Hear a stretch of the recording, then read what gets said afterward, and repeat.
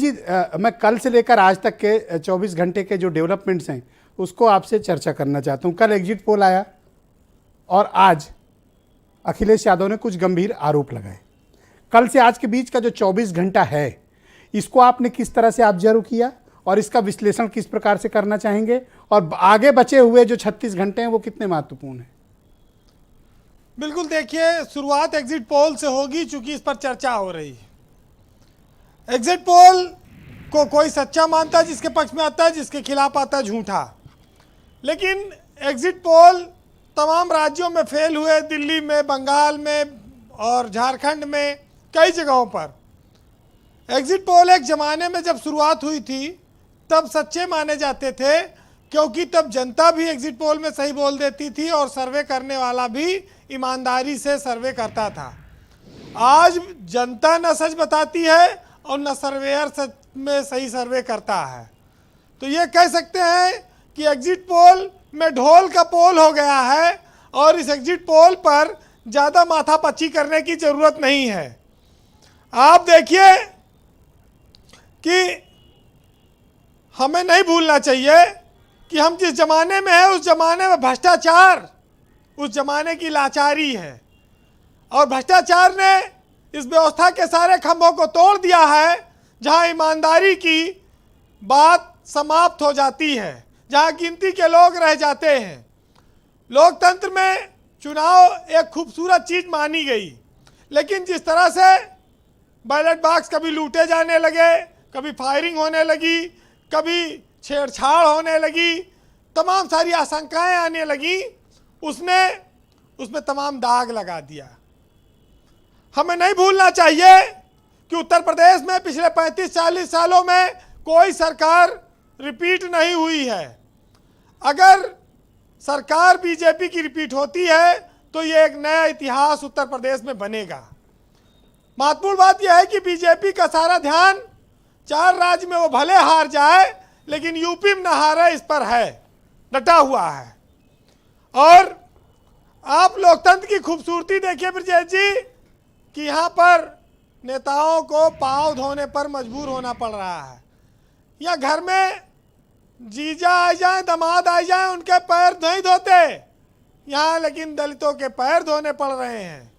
ये हाल कर दिया लोकतंत्र। अरे मैंने तो एक वीडियो देखा था, हाँ। उसमें मालिश कर रहे थे एक प्रत्याशी तो, हाँ, उठक बैठक और जिसकी मालिश हो रही थी उसने बाकी चीजें भी हटा दी कि यहाँ भी मालिश कर सकते हो। भाई, तेल मालिश सबको अच्छा लगता है। बीजेपी ने, अब पता नहीं निषाद जी का क्या अनुभव रहा है, मतलब मैंने तो वीडियो में यही देखा। ये निषाद जी तो इलेक्ट्रो होम्योपैथ के डॉक्टर हैं, इनके ऊपर मुकदमा लिखवा दिया गया। सैकड़ों डॉक्टर इन्होंने बनाए, जनता की नब्ज पकड़ा इन्होंने, खूब विकास किया है अपना और अपनी पार्टी का। निषाद जी की सीट पर टिकट के दावेदार भी खूब थे, खूब मांग रहे थे लोग। लेकिन आज इस बात को लोग कैसे भूल जाते हैं कि लोगों के हजार किलोमीटर चलने में जूता चप्पल फट गए, पैरों में छाले आ गए, लोग भूखों मर गए, चलते चलते मर गए, अटैची पे बच्चे सोते हुए चले, लाशें उतराती रहीं, लोगों के मुंह में ऑक्सीजन नहीं मिला, मुंह से ऑक्सीजन फूंकना पड़ा, एम्बुलेंस में 8-10 घंटे लोग रहे। उत्तर प्रदेश में किसान आंदोलन चला, जिस पर सारी पृष्ठभूमि बनी चुनाव की। जिन नौजवानों ने रेल के डिब्बे भर दिए, जगह नहीं बची। जिन शिक्षा मित्रों को, संविदा कर्मियों को, जिन 69,000 शिक्षक भर्तियों को, पुरानी पेंशन के कर्मचारियों को कैसे इग्नोर कर दिया जा सकता है? इन लोगों ने कहां वोट किया होगा?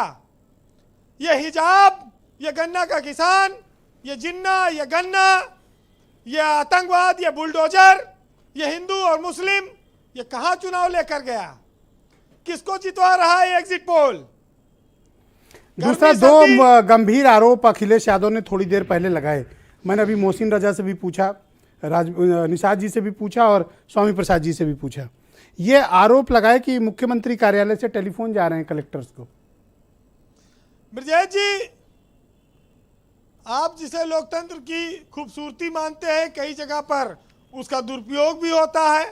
अगर अखिलेश यादव आरोप लगा रहे, देखिए इस समय यूक्रेन और रूस का युद्ध चल रहा है, ये अखिलेश यादव को जेलेंस्की मान लो, ये भिड़े पड़े हैं जेलेंस्की और किससे, रसिया से भिड़ा हुआ है, बहुत बड़ी फोर्स है। कंपैरिजन आपने किया वीरेंद्र। ये लड़े जा रहा है, चाहे बंकर में बैठ के लड़े और चाहे खुल के पानी पिला के मानो, ये लड़ाई चल रही है। इस प्रदेश में वो जाट लैंड कहाँ चला गया, वो यादव लैंड कहाँ चली गई, वो बुंदेलखंड कहाँ चला गया जिन पर वोट चल रहा था। तो इस प्रदेश में बहुत सारे परिवर्तन, बहुत सारी चीजों की बातें आई। लेकिन अभी निषाद जी भी कह रहे थे और मोहसिन रजा भी कह रहे थे कि ये एग्जिट पोल नहीं है, एग्जैक्ट पोल है, मतलब यही असलियत है। देखिए एग्जैक्ट पोल अगर ये होता, या एग्जैक्ट पोल दुनिया में ये अंतर्यामी है, ये 1 किलोमीटर दौड़ के देखें कि रथ यात्राओं के साथ चल के देखें, हाँफने लगते हैं लोग, चक्कर खा के गिर जाएंगे। कोई ऐसी मशीन नहीं बनी है जो नाप के बता दे कि 10 तारीख को कौन सा परिणाम आएगा। इस प्रदेश की जनता ने, करोड़ों लोगों ने वोट दिया है, बहुत सारे बीजेपी के समर्थक हैं, बहुत सारे लोगों ने बीजेपी के खिलाफ वोट दिया है। इसका आकलन ओरिजिनल गिनती के बाद होगा, मतगणना के बाद होगा। उत्तर प्रदेश में जो सरकार बनेगी वो जनता के विश्वास से बनेगी, उसके मत से बनेगी। उससे पहले किसी को यह अधिकार नहीं है कि वो ऐलान कर दे जी कि वीरेंद्र ये जी, तख्त हमारा है, ये तख्त ताज, ये सब तो देखिए व्यवस्था है, माहौल बनाने की चीजें हैं। आज युद्ध चल रहा है, ब्यूरोक्रेसी ने पल पल रुख बदला है, हर जमाने में रुख बदला है। हर दल के अपने अपने अधिकारी हैं। अखिलेश यादव के भी कुछ अधिकारी होंगे, किसी ने बता दिया, सेंक दिया, ये कहिए, और इंतजाम कर दिया कि 3 दिन बूथ पे पूरा। अच्छा, एग्जिट पोल आने के पहले यही अधिकारी उनके पुराने घर की साफ सफाई करा रहे थे, जो अब टेलीफोन कर रहे। वो कह रहे थे कि सरकार का बजट बहुत बचा हुआ था, खर्चा करना था, तो कहीं कर दिया इन्होंने। हाँ जिस देश में छोटे छोटे टुकड़ों पर लोगों के ईमान बिक जाते हो जी, वहां पर कंक्लूड करें जी। किसी सर्वे पर, किसी पूर्व नियोजित ऐलान पर कभी विश्वास नहीं किया जा सकता।